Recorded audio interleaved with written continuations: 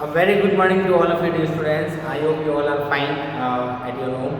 So as you know that in last class we started one day exercise for 4.4 and some question with 4.3 and some question we solve and the remaining question we have to solve now. As you know that the remaining question is only 181, that question is big one, so I left in the next class. So last class, so I will solve now. Just try to understand the eighth one. In the country like US and Canada, the temperature is measured in the Fahrenheit weather in the like countries like India, मतलब India और US वगैरह इनमें जो है temperature measure होता है India में Celsius में और फॉरेन कंट्रीज में फ़ारेनहाइट में. Okay, the relation between the linear equation of Fahrenheit and Celsius. Fahrenheit और सेल्सियस का जो रिलेशन दिया हुआ 9F=9/5C+32. ये आपका फ़ारेनहाइट और सेल्सियस का रिलेशन दिया हुआ है. सो पहले इसमें 5 क्वेश्चन आपसे पूछे और पांचों के आंसर आपको देने. First one, draw the graph of the linear equation using the x Celsius and the y Fahrenheit. Okay, मतलब इसका आपको ग्राफ करना है. सेल्सियस को x मानना है और फ़ारेनहाइट को y मानना है. सेल्सियस की जगह पे x पुट करना है. x एक्सिस के x है, x एक्सिस सॉरी तो नो प्रॉब्लम, और x एक्सिस सेल्सियस को लगाया और y एक्सिस क्या करना है, फ़ारेनहाइट को लगाना है और इसका ग्राफ ड्रॉ करना है. तो ग्राफ ड्रॉ करने के सबसे पहले हम सॉल्यूशन फाइंड करते हैं. तो सबसे पहले c की जगह पे क्या पुट करते हैं 0, यानी f क्या आएगा, f = 9/5 × 0 + 32. तो द f = इसका मल्टीप्लाई 0 से हो जाएगा तो 0 हो जाएगा. तो कितना आंसर है आपका 32. सेकंड वैल्यू आपको बताया कि अब आपने c की वैल्यू अगर 1 पुट करी तो आंसर अपॉन में आएगा, राइट, और अपॉन में ग्राफ में आपको नहीं लेना होता है. तो c की वैल्यू क्या पुट करेंगे, 5 से कट हो जाए. What the value of c that will be cut by 5. आपको बताया कि यहाँ पे c की वैल्यू 5 का मल्टीपल पुट करना पड़ेगा, मतलब c की वैल्यू क्या पुट करना पड़ेगी 5. तो 5 पुट करेंगे f कितना हो जाएगा 9/5 × 5 + 32, यानी f = 5 and 5 cut 9 + 32, the answer is 41. and for the last value third one, c = क्या पुट करेंगे आप 10. f = 9/5 × 10 + 32. so f = 5 to the 10, 9 to the 18 plus 30 हो जाएगा 9 to the 18, 5 क्या हो जाएगा यहाँ पे कैंसिल. तो f = हो जाएगा 10 and 40 सॉरी 50 चलेगा. अब आपको इसकी टेबल बनानी है. तो टेबल बनाएंगे हम ऐसे ही, देखो आपके आ गई टेबल. ओके, और एज यू नोटेड यहाँ पे आएगा सेल्सियस x और यहाँ पे आएगा फ़ारेनहाइट. तो सेल्सियस क्या क्या लिया हमने 0, 5 और 10. तो फ़ारेनहाइट क्या है 32, then 41 और then 50. अब इनके बेसिस पे आपको ग्राफ करना है. तो इनके बेसिस पे ग्राफ कैसे ड्रॉ करेंगे, बहुत ही सिंपल होगा, कोई प्रॉब्लम आपको आएगी नहीं आएगी. यहाँ पे आएगा सेल्सियस, यहाँ पे आएगा फ़ारेनहाइट. अब यहाँ पे अपन 0 लिखते हैं, 0 लिखते हैं. अब यहाँ देखो 32 है, 0, 5, 10 है, तो अपन 0, 5, 10 से चलाते हैं या 10, 20, 30 चलाते हैं. एज योर विश, आपको जो उचित लगता है. तो अगर 10 चलाएंगे 10, तो यहाँ पे 20, 30, 40 और 50 और 60. फिर यहाँ पे भी 10, 20, 30, 40, 50 और 60. ओके, तो सबसे पहले सेल्सियस कितना है 0 एंड फ़ारेनहाइट कितना है 32. तो सेल्सियस 0 एंड फ़ारेनहाइट 32. तो 30 के बाद में दो लाइन 31 और 32 यहाँ पर पॉइंट होता है. Okay dears, I hope you understood. After that Celsius कितना 5 एंड फ़ारेनहाइट 41. सेल्सियस 5 मतलब इनके बीच में यहाँ पे 5 बनेगा और 41 का आएगा 40 से जस्ट ऊपर यहाँ पे एक पॉइंट आएगा 41. Okay, I hope you understood. ये यहाँ से डॉट आएगा और यहाँ से डॉट होगा नीचे लगाएगा. Okay, I hope you understood. Next one, Celsius कितना है 10 एंड 50. 10 और 50, ये 50 यहाँ पे लेना या हो गया 50. तो जब आप इनको मिलाएंगे तो एक स्ट्रेट लाइन आपको मिलेगी ऐसे. This is your answer. Okay, this is the graph of the Celsius and the relation of the Celsius and the Fahrenheit. I hope you understood. ऐसे आपको ग्राफ ड्रॉ करना है इसका. Okay, so just take the screenshot and write in a notebook. After that, the remaining question we have to solve.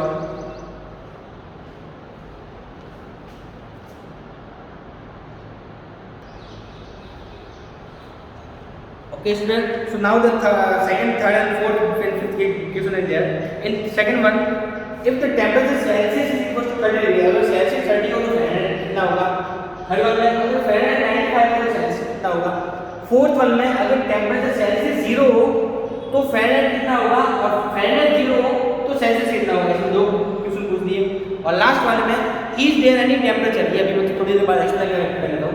पहले इसको देखिए, Celsius कितना है 30 है, तो F equals to 9/5 into 30 plus 32, तो F इक्वल्स टू 5 6 जा 30, तो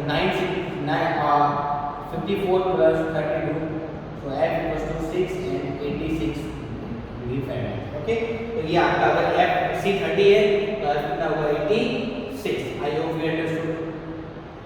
ओके, F अगर F 95 है, F की जगह कितना बोलते हैं 95, 9/5 C plus 32, F की जगह कितना बोलते हैं 95। इसको इधर आएंगे 95 minus 32 is equals to 9/5 and then C कितना बचेगा 363 equals to 9/5 and C।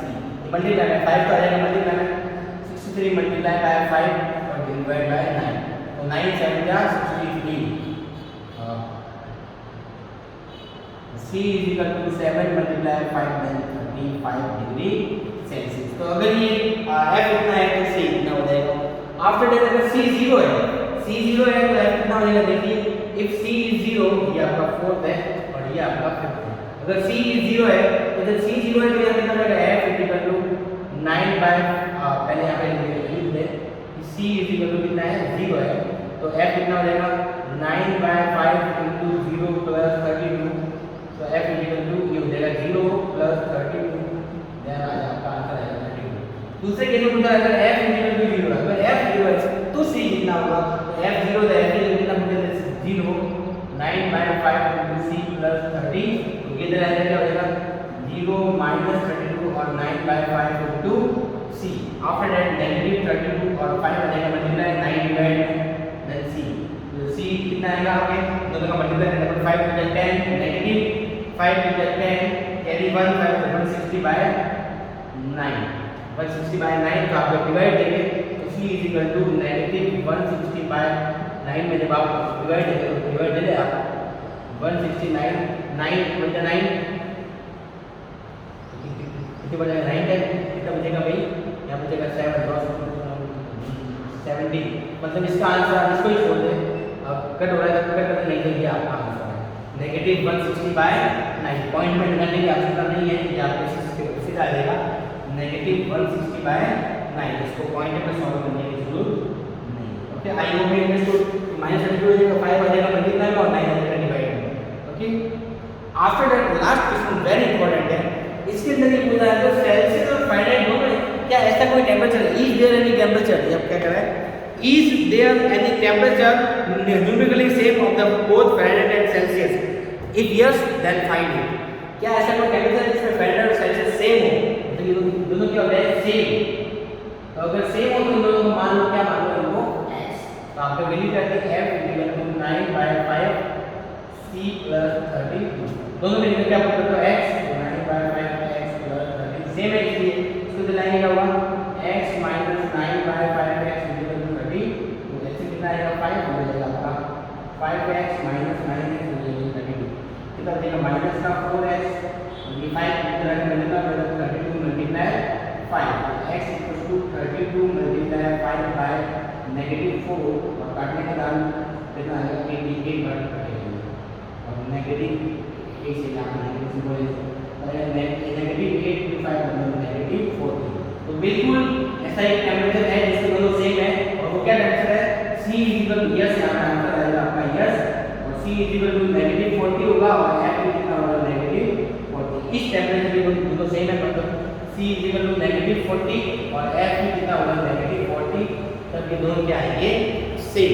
तो this 5 question is there, so you have to solve like this. First वाले में C की वैल्यू दी है F फाइंड करना है, सेकंड वाले में F दिया हुआ है C फाइंड करना है, थर्ड वाले में C 0 तो F कितना होगा और F 0 तो C कितना होगा, और लास्ट वाले में ये सबसे इंपॉर्टेंट है क्या सेल्सियस और फ़ारेनहाइट दोनों इक्वल है, तो ऑब्वियसली है, और वो कितने बोले 40 negative 40। Okay, so take the screenshot और last exercise remaining, so now we have to solve that exercise also. First take the screenshot.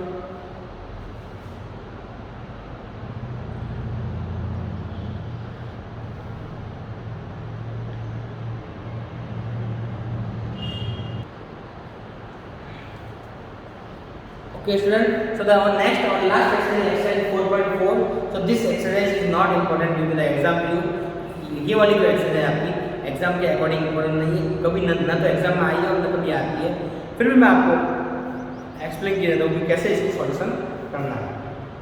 So the first question is given the geometrical representation of y is equal to 3. y is equal to 3 का geometrical representation देना है और वो भी कैसे 1 variable में और 2 variable में. 1 वेरिएबल में और 2 वेरिएबल में, मतलब 1 वेरिएबल में तो आपको एक एक्सेस, आपको पता है कि एक्सेस दो होते हैं, एक्स एक्सेस और वाई एक्सेस. तो 1 वेरिएबल में तो एक एक्सेस ड्रॉ करना है जो एक्सेस दिया हुआ है वो, और 2 वेरिएबल में दोनों एक्सेस ड्रॉ करना है. इसमें तो आपको याद है कि दोनों एक्सेस क्या है, दोनों एक्सेस है. ठीक है, यहाँ पर जगह 0, यहाँ पर 1 2 3 4 5 और 6, -1 -2 -3 और -4, 1 2 3 4 5 और 6, -1 -2 -3 -4. ये आपका होता है एक्स एक्सेस, ये आपका होता है वाई, ये एक्स डैश और ये होता है वाई. फिर आपको दिया हुआ है क्या, आपकी इक्वेशन है y 3, इसको 2 वेरिएबल में, तो जब 2 वेरिएबल में करेंगे तो दोनों एक्सेस ड्रॉ करना है, और जब 1 वेरिएबल में करेंगे या तो 1 वेरिएबल है तो केवल एक ही एक्सेस ड्रॉ करना है. कौन सा एक्सेस जो आपको दिया हुआ है, y दिया हुआ है तो y एक्सेस ही ड्रॉ करना है. कौन सा एक्सेस ड्रॉ करना है, y एक्सेस ही ड्रॉ करना है, y डैश. यहां पर आएगा 0 1 2 3 4 5 और 6, -1 -2 -3 -4 और -5. अब आपको कुछ नहीं करना, y इक्वेशन कितना है 3 है तो y इक्वेशन 3 कहां पर है, y इक्वेशन 3 आपका यहाँ पर. तो बस इसके से एक ऐसे लाइन ड्रॉ करनी है. ये आपका रिप्रेजेंटेशन हो गया y इक्वल 3 का 1 वेरिएबल में. ये आपके हो गया 1 वेरिएबल में. अच्छा 2 वेरिएबल में तो वो भी वापस y इक्वल 3 कहां पर आएगा, यहाँ पे आएगा. इसमें भी ऐसे ही ड्रॉ करनी है, इसके से एक लाइन और इसको भी लिखना है y इक्वल 3. ये आपका हो गया 2 वेरिएबल. तो ऐसे ही इनको रिप्रेजेंट करना है 1 वेरिएबल और 2 वेरिएबल में. ग्राफ पेपर के ऊपर करो तो भी सही है, और ग्राफ पेपर में नहीं करते तो नोटबुक आप नोटबुक में कर सकते हैं. But I hope you understood how to draw. 1 variable में केवल एक एक्सेस ड्रॉ करना है जो दिया हुआ है, और 2 वेरिएबल दोनों एक्सेस ड्रॉ करना है. So take the screenshot and write in your notebook.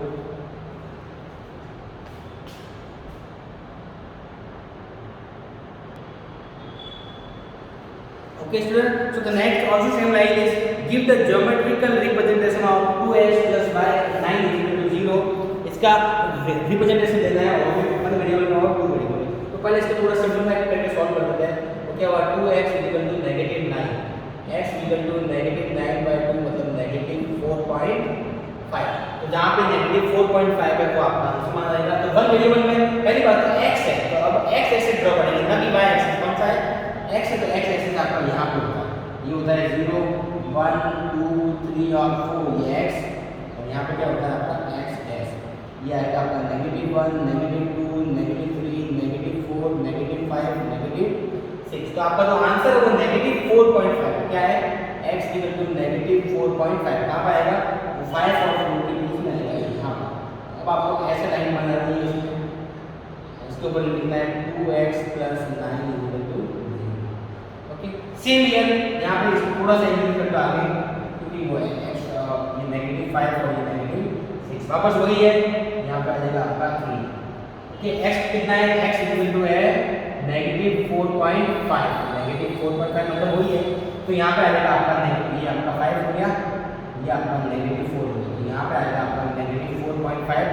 और वापस जो लाइन है वो ऐसे ही आपकी लाइन है, इसके और इसके ऊपर क्या लिखेंगे, 2, इसके ऊपर ऐसे लिखना है आपको 2x plus 9 इक्वल टू 0. तो ये 2 वेरिएबल में रिप्रेजेंटेशन हो गया और ये 1 वेरिएबल में. तो this is the way to represent the geometrical represent of the given number. आपको जो गिवन नंबर है उसका ज्योमेट्रिकल रिप्रेजेंट इस टाइप से करते हैं. ये 2 वेरिएबल में दोनों एक्सेस ड्रॉ करना है और 1 वेरिएबल में एक एक्सेस ड्रॉ करना है. आई hope you understood. So this exercise is not important to the exam view, so I explain only this much. You have to solve in a notebook, but not important to the exam view. Okay. So now the exercise 4.4 and our chapter 4 is also completed. So next, I hope you understood this chapter very well. So if you are having any doubt, then you can ask. So in next class we will start about the remaining chapter. That we will skip this chapter 2.